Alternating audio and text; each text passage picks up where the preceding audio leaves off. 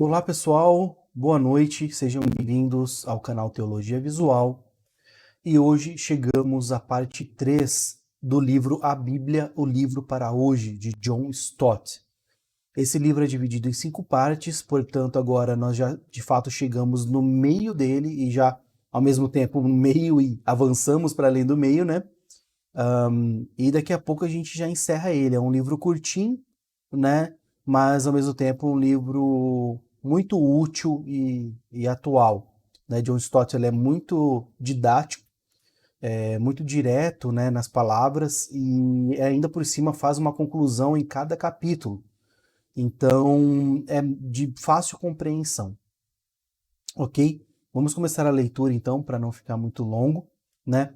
Sendo que nós vimos no primeiro capítulo sobre Deus e a Bíblia, e no segundo capítulo sobre Cristo e a Bíblia, e agora no terceiro capítulo estamos vendo iremos ver agora sobre o Espírito Santo e a Bíblia. Então, se você por acaso chegou aqui, né, convido você também a assistir os episódios aí anteriores, ler os capítulos anteriores comigo, ok?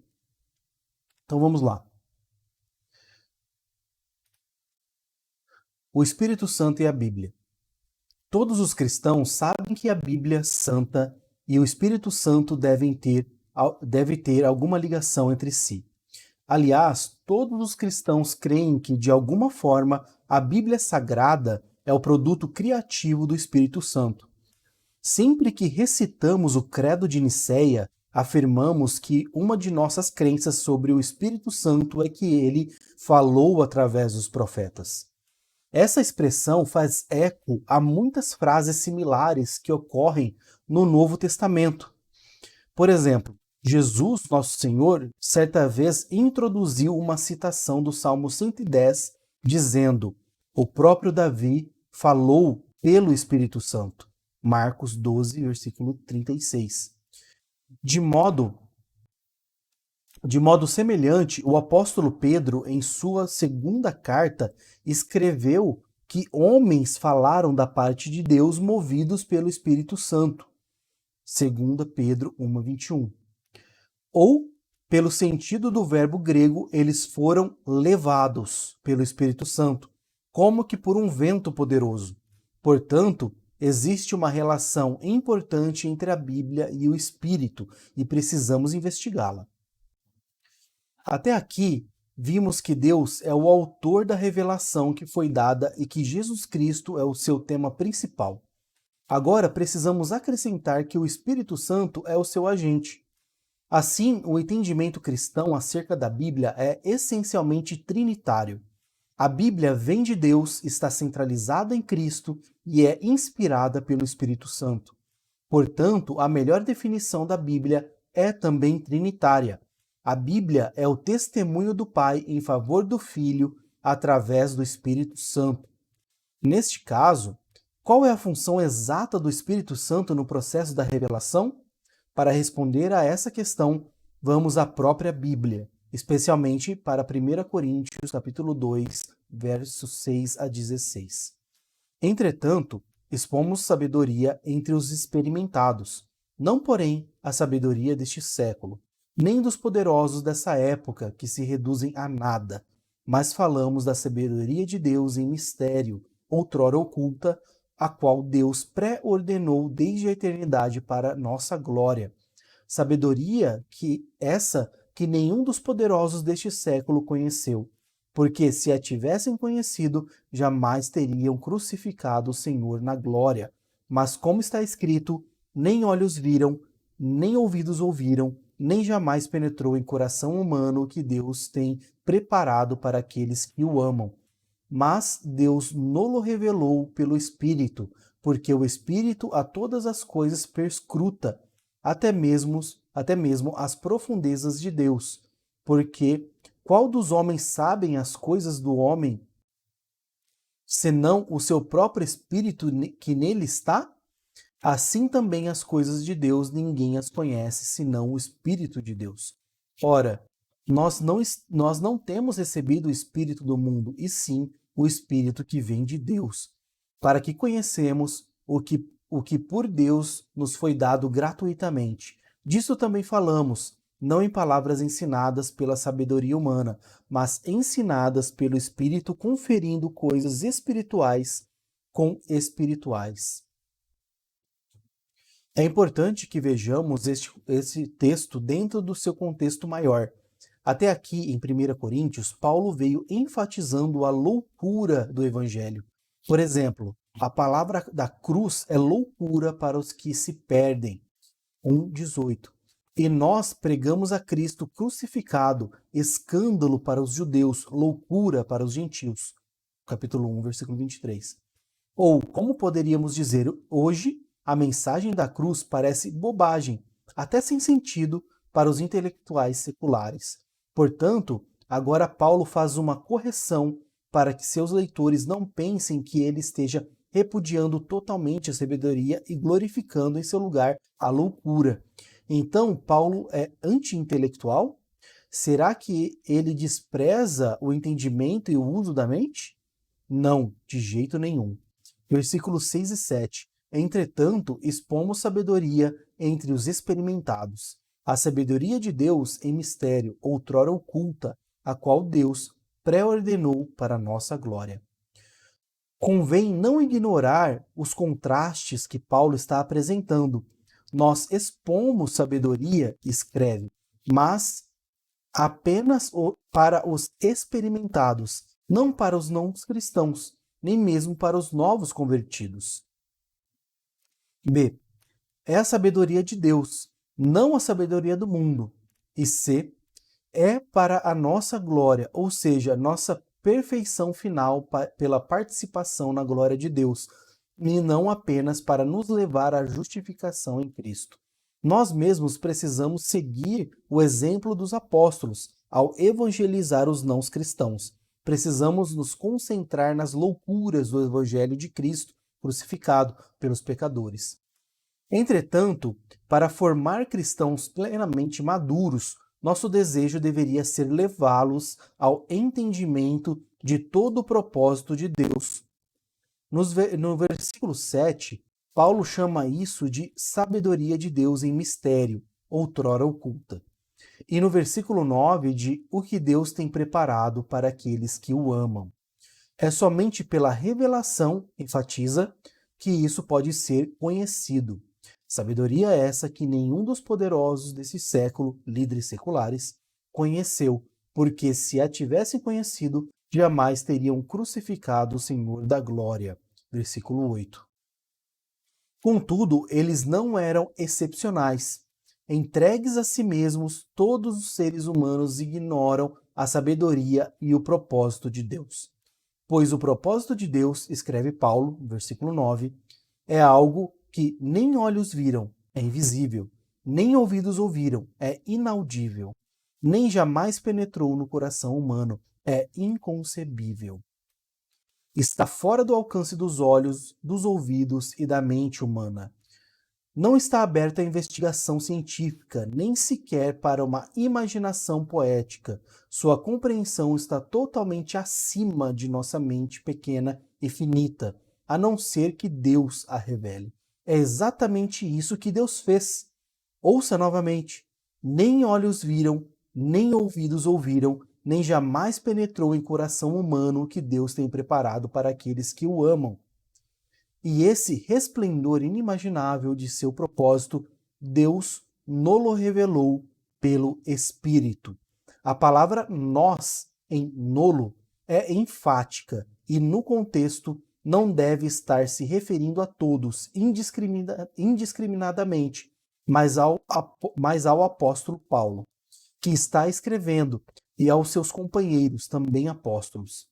Deus deu uma revelação especial dessas verdades para instrumentos especiais de revelação, os profetas no Antigo Testamento e os apóstolos no Novo.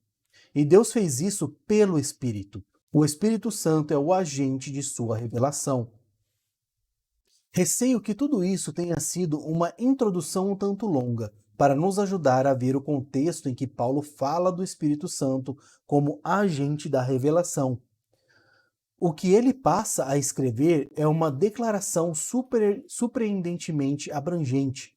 ele destaca os 4 estágios da obra do Espírito Santo como agente da revelação divina. O Espírito perscrutador. Primeiro, o Espírito Santo é o Espírito perscrutador, versículos 10 e 11. Convém notar, só de passagem, que isso mostra que o Espírito Santo é pessoal. Só as pessoas podem se engajar numa busca ou investigação. É claro que os computadores de hoje podem empreender pesquisas de grande complexidade em termos mecânicos e analíticos, mas uma verdadeira pesquisa, como qualquer pós-graduando na área de pesquisa sabe muito bem, envolve muito mais do que a compilação e análise de dados estatísticos. Exige ideias originais, tanto para a investigação como para a reflexão. Portanto, esse é o serviço que o Espírito Santo faz, porque possui uma mente para pensar. Seu espírito, uma pessoa divina, e não um computador, uma vaga influência ou força. Precisamos nos acostumar a nos referir a ele como uma pessoa e não como uma coisa. Paulo usa 2 pequenas figuras fascinantes para indicar as qualidades singulares do Espírito Santo na obra da revelação. A primeira é que o Espírito a todas as coisas perscruta, até mesmo as profundezas de Deus. Versículo 10. É o mesmo verbo que Jesus aplicou aos judeus, examinando as Escrituras, e que Moulton e Milligan, em sua obra Vocabulary of the Greek New Testament, citaram a partir de um papiro no século III, século III, em que os perscrutadores parecem ser oficiais alfandegários. Em todo caso, o Espírito Santo é retratado como um pesquisador incansável e curioso, ou até mesmo, embora as profundezas fossem uma expressão muito usada pela heresia gnóstica e Paulo pudesse estar usando o vocabulário deles, como um mergulhador de águas profundas tentando sondar as profundidades mais profundas do insondável ser de Deus Todo-Poderoso. Pois o ser divino é infinito em sua profundidade, e Paulo tem a ousadia de declarar que o Espírito de Deus está perscrutando as profundezas de Deus. Em outras palavras, Deus mesmo está explorando as riquezas de seu próprio ser. O segundo modelo ou figura que Paulo nos dá é tomado do autoconhecimento humano, versículo 11. Porque qual dos homens sabe as coisas do homem, senão o seu próprio espírito que nele está? As coisas do homem talvez sejam aquilo que poderíamos chamar de coisas próprias do homem. Uma formiga, como também um sapo, um coelho ou mesmo o mais inteligente dos macacos, não consegue conceber o que seria viver como um ser humano. E este, por sua vez, jamais conseguirá entender plenamente o outro ser humano. Quantas vezes dizemos, talvez especialmente na adolescência, quando estamos crescendo, você simplesmente não me entende, ninguém me entende. E é verdade, ninguém me entende exceto eu mesmo. E até meu próprio entendimento de mim mesmo é limitado. Da mesma forma, ninguém entende você, a não ser você. Paulo aplica esta medida de autoconhecimento ou autoconsciência ao Espírito Santo. Assim também, as coisas de Deus ninguém as conhece, senão o Espírito de Deus. Versículo 11. Aqui, o Espírito Santo de Deus Aqui, o Espírito Santo de Deus quase é identificado com o autoconhecimento ou a autoconsciência divina. Assim como ninguém pode entender um ser humano, exceto aquele próprio ser humano, ninguém pode entender Deus, exceto o próprio Deus. Às vezes cantamos um hino que diz: só Deus conhece o amor de Deus. Da mesma forma, poderíamos afirmar que só Deus conhece a sabedoria de Deus. Aliás, só Deus conhece o seu próprio ser. Portanto, o Espírito perscruta as profundezas de Deus, e o Espírito conhece as coisas de Deus. O entendimento que ele tem de Deus é único. Mas a questão é, o que ele faz com aquilo que perscrutou e descobriu? será que guarda esse conhecimento inigualável para si próprio? Não. O Espírito Santo faz o que só ele poderia fazer. Ele o revela. O espírito perscrutador passa a ser o espírito revelador. Toma uma água. Próximo item, o espírito revelador. Aquilo que só o Espírito Santo conheceu, só ele dá a conhecer. Isso já foi afirmado no versículo 10. Deus nolo revelou aos apóstolos pelo Espírito. Agora Paulo detalha no versículo 12. Ora, nós é o mesmo nós apostólico, o plural da autoridade apostólica. Não temos recebido o Espírito do mundo, e sim o Espírito que vem de Deus. Ou seja, o Espírito que sonda e conhece, para que conheçamos o que por Deus nos foi dado gratuitamente. De fato, os apóstolos haviam recebido 2 dons gratuitos de Deus. Primeiro, a graça da salvação, que nos foi dado gratuitamente. E, segundo, o seu Espírito, que lhes permitiu entender sua salvação graciosa. Paulo é o melhor exemplo desse duplo processo. Quando lemos suas cartas, ele nos apresenta uma magnífica exposição do Evangelho da graça de Deus. Ele nos diz o que Deus faz por pecadores e transgressores como nós, que não temos a desculpa e nada merecemos de suas mãos a não ser condenação. Ele declara que Deus enviou seu Filho para morrer na cruz por nossos pecados e ressuscitar, e diz que, se estivermos unidos a Jesus Cristo, internamente pela fé e externamente pelo batismo, então morreremos e ressuscitaremos com Ele, e experimentaremos uma nova vida nele. O evangelho que Paulo revela em suas cartas é esplêndido. Mas como ele sabe tudo isso? Como ele consegue fazer afirmações tão completas acerca da salvação? Bem, a resposta é que, em primeiro lugar, ele mesmo a recebeu. Ele conhece a graça de Deus por experiência própria e depois ele recebeu o Espírito Santo, que lhe explicou a experiência que ele mesmo havia tido. Portanto, o Espírito Santo lhe revelou o plano de salvação divino, o que em outras epístolas Paulo chama de mistério.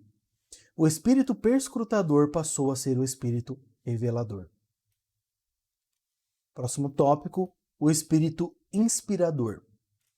Agora estamos prontos para o terceiro estágio. O Espírito revelador passou a ser o Espírito inspirador. Versículo 13. Disso também falamos, não em palavras ensinadas pela sabedoria humana, mas ensinadas pelo Espírito.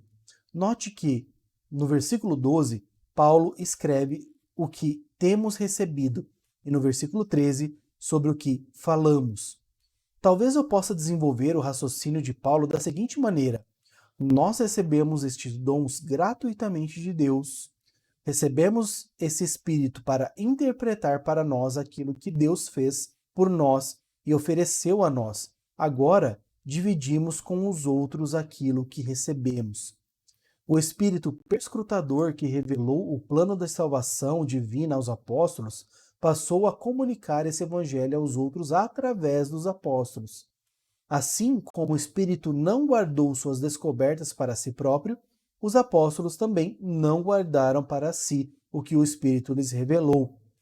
Não, eles compreenderam que eram os depositários do evangelho. Precisavam transmitir aos outros o que haviam recebido. Além disso, o que eles transmitiam era em forma de palavras, e se diz claramente que suas palavras não eram ensinadas pela sabedoria humana, mas ensinadas pelo Espírito. Versículo 13. Veja como o Espírito Santo é mencionado novamente, desta vez como o Espírito inspirador. Aqui no versículo 13, Paulo faz uma afirmação velada sobre a inspiração verbal. Isso significa que as próprias palavras com que os apóstolos revestiam a mensagem que lhes havia sido revelada pelo Espírito eram ensinadas por esse mesmo Espírito. Tenho uma forte suspeita de que se o conceito de inspiração verbal é impopular hoje, é porque as pessoas não o entendem direito. Por conseguinte, não estão rejeitando o seu verdadeiro significado, mas uma caricatura dele. Então vamos tentar esclarecer as principais interpretações incorretas. Primeiro, inspiração verbal não significa que toda palavra da Bíblia é literalmente verdadeira. Não. Reconhecemos plenamente que os autores bíblicos usaram vários gêneros literários que devem ser interpretados de acordo com suas próprias regras. A história como história e a poesia como poesia, a parábola como a parábola, e etc. O que é inspirado é o sentido natural das palavras, de acordo com a intenção do autor, seja literal ou figurado. Segundo, inspiração verbal não significa ditado verbal. Os muçulmanos creem que Alá ditou o Alcorão a Maomé, palavra por palavra, em árabe. Os cristãos não creem dessa forma em relação à Bíblia, pois, como já vimos e vou enfatizar mais tarde, o Espírito Santo tratou os autores bíblicos como pessoas, não como máquinas. Salvo poucas exceções, parece que eles estavam em plena posse de suas faculdades, enquanto o Espírito comunicava sua palavra através das palavras deles. Terceiro, inspiração verbal não significa que todas as sentenças da Bíblia sejam a palavra de Deus, mesmo isoladas de seu contexto, pois nem tudo o que a Bíblia contém é afirmado pela Bíblia. Um bom exemplo são os longos discursos dos chamados Consoladores de Jó. A tese principal deles, repetida ad nauseam, ou seja, que Deus estava castigando Jó por seus pecados pessoais, estava errada. No último capítulo, Deus lhe diz 2 vezes: não disseste isso de mim, o que era reto. Capítulo 42, versículos 7 e 8. Portanto, as palavras deles não podem ser consideradas palavras de Deus. Elas foram colocadas para serem contestadas, não endossadas. A palavra de Deus inspirada é aquilo que está sendo afirmado, seja em forma de instrução, mandamento ou promessa. Inspiração verbal significa que aquilo que o Espírito Santo falou e ainda fala através de autores humanos é verdadeiro e sem erros, e se for entendido de acordo com o significado evidente e natural das palavras usadas. Não há necessidade alguma de ficar embaraçado com essa crença cristã, nem de ter vergonha ou medo dela. Pelo contrário, ela é eminentemente racional, porque as palavras são unidades que compõem as frases. As palavras são os tijolos que compõem o discurso. Portanto, é impossível montar uma mensagem precisa sem construir frases precisas, com palavras precisas. Pense na dificuldade que todos temos para compor um telegrama. Digamos que só podemos usar 12 palavras. Mesmo assim, estamos decididos a enviar uma mensagem que não apenas seja entendida, mas que também não seja mal entendida. Então rascunhamos, re-rascunhamos e rascunhamos novamente. Tiramos uma palavra aqui, acrescentamos uma palavra ali, lapidamos nossa mensagem até ficarmos satisfeitos. As palavras são importantes. Qualquer pessoa que queira comunicar uma mensagem que seja entendida e não mal entendida, conhece a importância das palavras. Todo pregador que se esforça para preparar os sermões escolhe suas palavras com cuidado. Todo escritor, seja de cartas, artigos ou livros, sabe que as palavras são importantes. Ouça o que disse Charles Kingsley em meados do século passado. Essas coisas gloriosas, palavras, são regalias apenas dos homens. Sem palavras, não conheceríamos acerca dos corações e dos pensamentos uns dos outros, mais do que o cão conhece acerca dos seus companheiros, pois, na verdade, você sempre pensa consigo mesmo em palavras, ainda que não as fale alto, e sem elas, todos os nossos pensamentos seriam meros desejos e sentimentos cegos, que nós mesmos não conseguiríamos entender. Assim, precisamos expressar nossos pensamentos através de palavras. Portanto, essa é a reivindicação apostólica, que o mesmo Espírito Santo que sonda as profundezas de Deus e revelou suas descobertas aos apóstolos, passou a comunicá-las por intermédio dos apóstolos, em palavras que ele próprio fornecia. Ele falou suas palavras através das palavras deles, de modo que eram igualmente palavras de Deus e palavras humanas. Esta é a dupla autoria das Escrituras, que já mencionei. Também é o sentido de inspiração. A inspiração das Escrituras não foi um processo mecânico. Ela foi intensamente pessoal, pois envolvia uma pessoa, o Espírito Santo, falando através de pessoas, profetas e apóstolos, de tal maneira que suas palavras eram as deles, e simultaneamente as palavras deles eram as suas. Próximo tópico, o Espírito Iluminador. Agora chegamos ao quarto estágio da obra do Espírito Santo como agente da revelação. Vou descrevê-lo aqui como o Espírito Iluminador. Veja o cenário. O que devemos pensar das pessoas que ouviram a pregação dos apóstolos e, mais tarde, leram suas cartas? Tiveram que se virar sozinhas? Será que foram obrigadas a se esforçar ao máximo para entender a mensagem apostólica? Não. O mesmo Espírito que estava ativo neles, que escreveram as cartas apostólicas, também estavam atuando naqueles que a liam.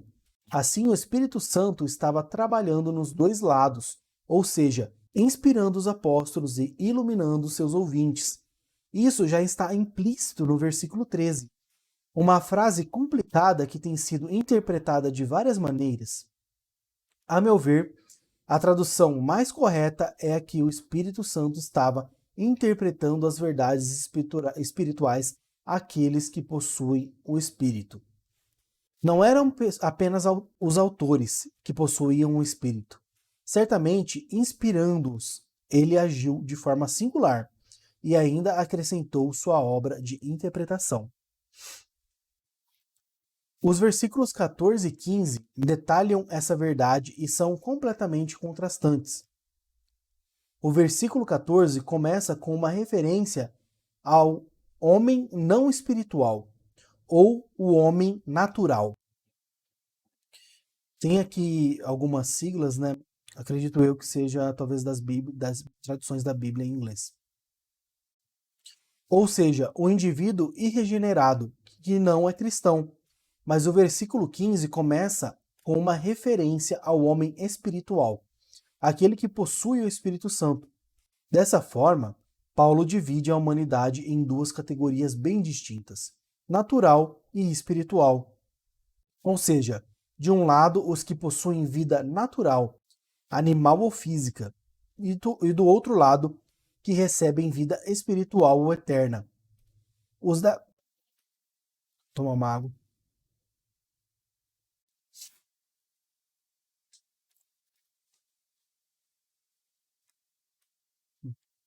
Voltando aqui. Os da primeira categoria não possuem o Espírito Santo porque nunca nasceram de novo. Mas o Espírito Santo habita naqueles a quem deu novo nascimento. Aliás, a habitação do Espírito Santo é marca característica do verdadeiro cristão. Romanos capítulo 8, versículo 9. Que diferença faz se temos ou não o Espírito Santo? Toda a diferença do mundo. Especialmente, embora existam outras distinções, em relação à nossa compreensão da verdade espiritual. A pessoa que não é espiritual ou não foi regenerada, que não recebeu o Espírito Santo, também não recebe as coisas do Espírito, porque são loucura para ela. Versículo 14. Ela não as entende, ou melhor, nem é capaz de entendê-las, porque elas se discernem espiritualmente. Entretanto, a pessoa espiritual, o cristão que nasceu de novo, em que habita o Espírito Santo, discerne. É o mesmo verbo grego do versículo 14. Todas as coisas. É claro que ela não se torna onisciente como Deus, mas todas aquelas coisas para as quais antes era cega e que Deus revelou nas Escrituras Sagradas, começam a fazer sentido para ela. Passa a entender aquilo que nunca havia entendido antes, mesmo que ela mesma não seja realmente entendida pelos outros. Literalmente, ela não é discernida por ninguém. Continua sendo enigma, pois guarda no íntimo um segredo da vida e da verdade espiritual que não tem sentido para os incrédulos. No entanto, isso não é de se estranhar, pois ninguém conhece a mente do Senhor, nem pode instruí-lo.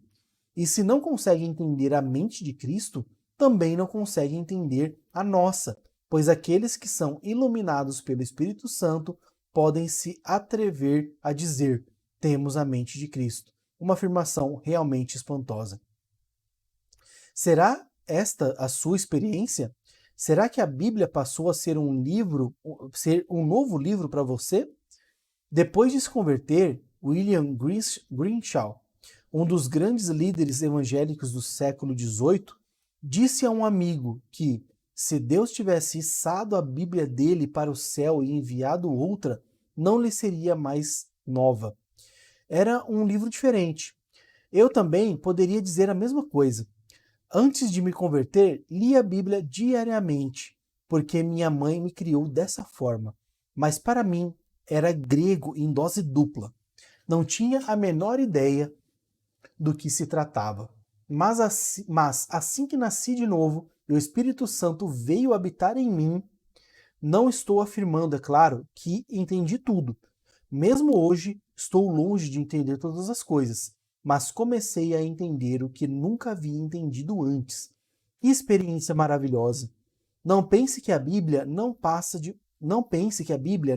uma coleção de velhos documentos bolorentos que deveria estar numa biblioteca. Não pense que as páginas das Escrituras são fósseis que deveriam estar numa vitrine de museu. Não. Deus fala por intermédio daquilo que falou, através do velho texto das Escrituras, e o Espírito Santo pode se comunicar conosco hoje de uma forma nova, pessoal e poderosa.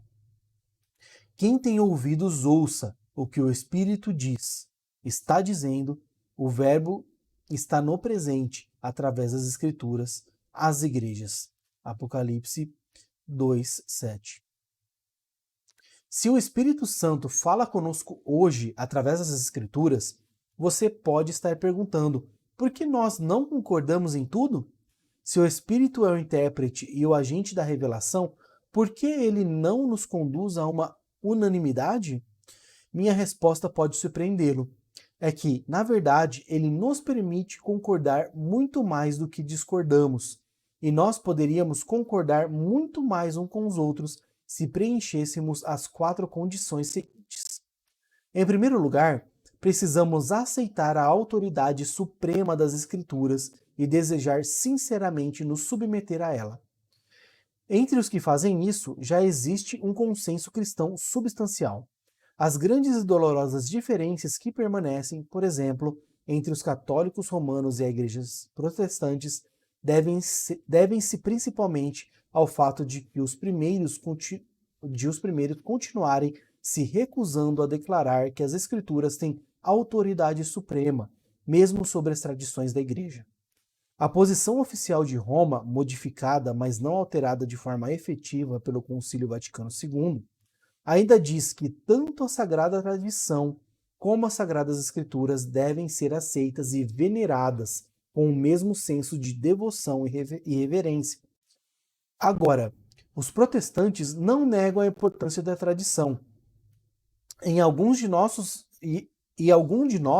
deveriam ter mais respeito por ela, já que o Espírito Santo ensinou às gerações passadas de cristãos e não começou sua instrução apenas conosco. Apesar disso, quando as Escrituras e tradição entram em colisão, precisamos permitir que as Escrituras reformem a tradição, da mesma forma como Jesus insistiu em fazer com as tradições dos anciãos, que está em Marcos capítulo 7, versículo 1 a 13. Se a Igreja de Roma tivesse a coragem de renunciar às tradições não bíblicas, por exemplo, seus dogmas sobre a Imaculada Conceição e a Assunção Corporal da Virgem Maria, haveria um progresso imediato rumo a um acordo em torno da Palavra de Deus. Segundo, como ouvimos, precisamos lembrar que o propósito supremo das Escrituras é testificar de Cristo como o único e suficiente Salvador dos pecadores.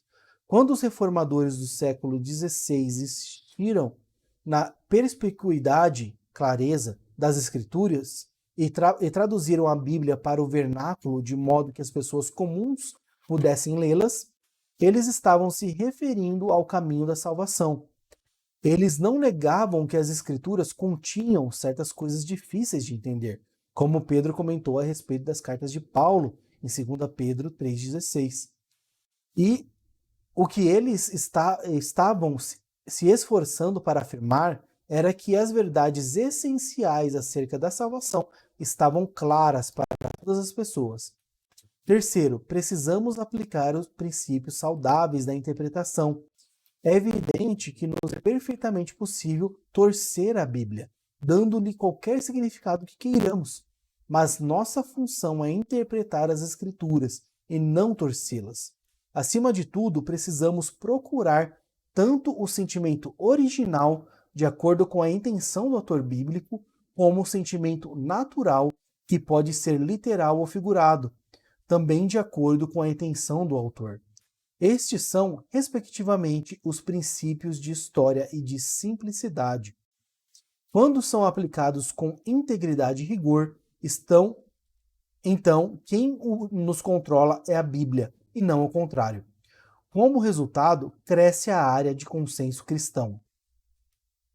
Quarto, precisamos nos aproximar das Escrituras conhecendo nossos preconceitos culturais e dispostos a vê-los questionados e mudados. Se nos achegarmos às Escrituras com a pressuposição orgulhosa de que as crenças e práticas que herdamos estão corretas, então, com certeza, só iremos encontrar na Bíblia aquilo que desejamos encontrar, ou seja, a cômoda confirmação do status quo. E consequentemente, acabaremos entrando em grave desacordo com as pessoas que buscam as Escrituras a partir de convicções e contextos culturais diferentes e também os consideram confirmados. Provavelmente, não há uma fonte de discordância mais comum do que essa. Só quando somos suficientemente corajosos e humildes para permitir que, através da palavra de Deus, o Espírito de Deus questione nossas opiniões prediletas, é que há uma probabilidade de encontrar uma nova unidade através de um novo entendimento. O discernimento espiritual que o Espírito Santo promete não é dado à parte dessas 4 condições básicas e pressupõe que elas sejam aceitas e cumpridas. Vamos então à conclusão do autor.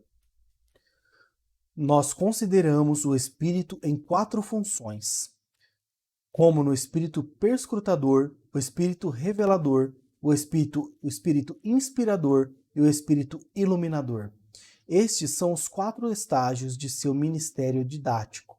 Primeiro, ele sonda as profundezas de Deus e conhece os pensamentos de Deus. Segundo, ele revelou suas descobertas aos apóstolos. Terceiro, ele comunicou através dos apóstolos aquilo que revelou para eles, fornecendo-lhes pessoalmente as palavras. Quarto, ele iluminou a mente dos ouvintes de modo que pudessem discernir aquilo que havia revelado aos apóstolos e através deles. E continua essa obra de iluminação hoje, naqueles que desejam recebê-la. Para terminar, 2 lições curtas e simples. A primeira diz a respeito à nossa ideia quanto ao Espírito Santo. Existe hoje muita discussão quanto à pessoa e obra do Espírito, e esta é apenas uma das muitas passagens bíblicas sobre ele. Mas deixe-me perguntar, será que a sua doutrina do Espírito Santo tem lugar para esta passagem? Jesus o chamou de Espírito da Verdade. Portanto, a verdade é muito importante para o Espírito Santo. Ah, sim, sei que ele também é o Espírito da Santidade, o Espírito do amor, o Espírito do poder. Mas será que, para você, ele é o Espírito da Verdade? De acordo com os versículos que estivemos estudando, ele está profundamente interessado na verdade. Ele a busca, revela e comunica e ilumina nossas mentes para que possamos captá-la. Querido amigo, nunca difame a verdade, nunca desdenhe a teologia, nunca despreze sua mente. Se o fizer, vai magoar o Espírito Santo da verdade. Essa passagem deve afetar nossa ideia acerca do Espírito Santo. A segunda lição diz respeito à nossa necessidade do Espírito Santo. Você deseja crescer em seu conhecimento de Deus? Claro que sim. Se deseja crescer em seu entendimento da sabedoria de Deus e de todos os seus propósitos em nos tornar um dia semelhantes a Cristo em sua glória? Claro que sim. Eu também. Então precisamos do Espírito Santo, o Espírito da verdade, para iluminar nossas mentes. Para isso, precisamos nascer de novo. Às vezes fico pensando se a causa de alguns teólogos seculares andarem falando e escrevendo tanta tolice, se é que posso afirmar isso. Estou me referindo, por exemplo, ao fato de negarem que Deus seja uma pessoa e que Jesus seja Deus. E não estaria no fato de que eles nunca nasceram de novo. É possível ser teólogo sem ser regenerado. Não será por isso que eles não discernem essas verdades maravilhas das Escrituras? As Escrituras são discernidas espiritualmente. Por isso, precisamos nos aproximar delas com humildade, reverência e expectativa. Precisamos reconhecer que as verdades reveladas na Bíblia continuam trancadas e seladas até que o Espírito Santo as abra para nós e abra nossas mentes para elas, pois Deus as esconde dos sábios e entendidos e as revela apenas aos recém-nascidos. Aqueles que são humildes e reverentes diante dele. Portanto, antes de nós, os pregadores, nos prepararmos,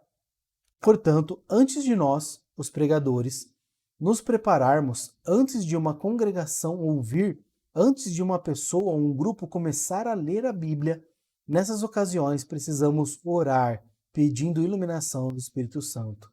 Desvenda os meus olhos, para que eu contemple as maravilhas da tua lei. Salmo 119, versículo 18. E ele o fará. Muito bem. Então, finalizamos aqui a terceira parte do livro A Bíblia, o livro para hoje, de John Stott. E são muitas informações, realmente muitas informações, e caso tenha ficado alguma dúvida, retorne o vídeo, pause, de repente faça uma leitura você mesmo, né? Para que você consiga compreender melhor os detalhes. Nem sempre, numa única e seguida leitura, nós podemos compreender algumas passagens, alguns textos. Mas essas verdades são maravilhosas e precisam ser compreendidas. Espero que você esteja gostando, assim como eu, deste livro. No próximo encontro, daqui 2 dias, estaremos lendo o capítulo 4, né, a parte 4, inclusive está aqui embaixo, que é a Igreja e a Bíblia. E assim a gente vai avançando bem aqui nesse livro e em breve vamos finalizar ele, ok? Deixo também o convite, caso você queira ler a Bíblia comigo. Nós estamos lendo a Bíblia, estamos atualmente em Mateus, no início. O objetivo é ler o Novo Testamento em 3 meses. Então, você que deseja ler a Bíblia comigo, estarei realmente feliz com isso e aguardo vocês nas transmissões diárias que temos feito da leitura da Bíblia. Ok? Grande abraço a todos, fiquem com Deus, façam uma oração, dediquem tempo em oração e busquem compreender as coisas que foram lidas aqui hoje, ok? Grande abraço para vocês, boa noite e até mais.